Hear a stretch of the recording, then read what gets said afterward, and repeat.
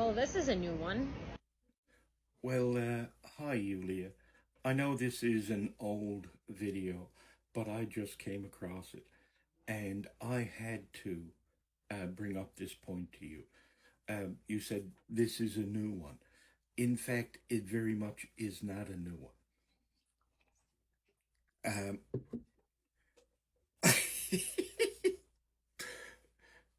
During the Indian Mutiny of 1857, disinformation spread throughout the East India Company's private army, which is what the British colonials used for the most part to control the Indian subcontinent.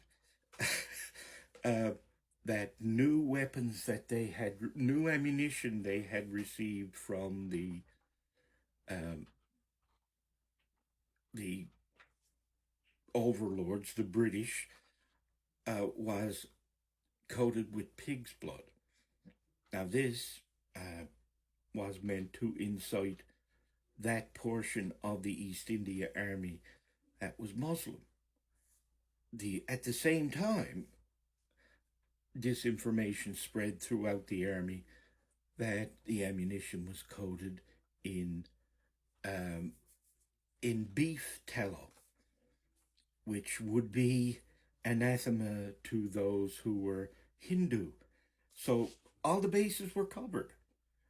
And this was part of the impetus, not entirely, of course, but this was part of the impetus for the Indian Mutiny, where the sepoys, which is what the Indian soldiers serving in the East India Company's army were called, uh, revolted against their English overlords and killed a number of both the officers in charge and their families.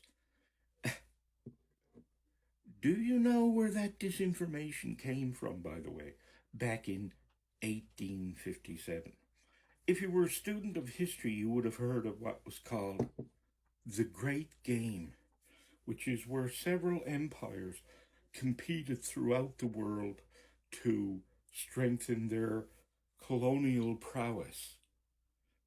In India, Britain was competing with someone who very much wanted to include India as part of their empire. That someone was the Russians, and it was the Russians who spread the disinformation about the pig's blood and the beef tallow, etc., etc.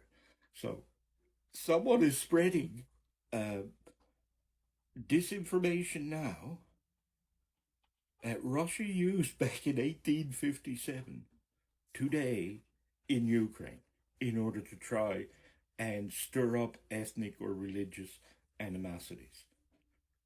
It's absolutely fascinating.